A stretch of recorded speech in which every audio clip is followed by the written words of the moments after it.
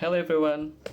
Today our group will discuss fine art, including its meaning, types, and why it is important in our lives. Fine art is not only about beauty, but also about expression, emotion, and creativity.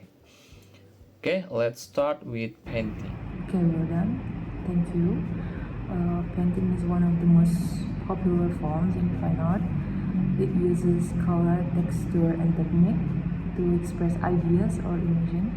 In the past, many artists focus on realism, which means painting objects exactly as they appeared in real life. However, today, artists often experiment with abstract styles to express feelings rather than reality. In my opinion, painting allows artists to communicate without words, and that makes it very powerful. I agree with Regita. Another important type of fine art is sculpture.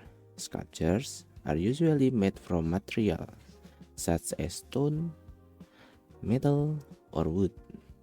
Historically, sculptures were created to honor gods, leaders, or historical events. For example, many ancient sculptures were realistic, while modern sculptures tend to be more symbolic. This shows how fine art has changed over time based on culture and society. That's a great point, Yoga. Modern fine art often focuses on a personal interpretation. Abstract art does not show clear objects, but instead uses shapes and colors to represent emotions. Some people may say abstract art is confusing, but I believe it encourages creativity and imagination. Compared to traditional art, modern art gives artists more freedom to express their identity. Hi everyone, this topic more the fine art and artistic modern. The fine art, the story, the bold, it's expensive for international fine art. The fine art historical, it's like colorful. The colorful it slips to be can the texture in details. It's more is like the fine art of alive. This to be act like more illustrations in attitude for fine art. The national soul it piece the connect to concept is international design. The fine art is like we be quiet in the conceptual in the artistic the fine art.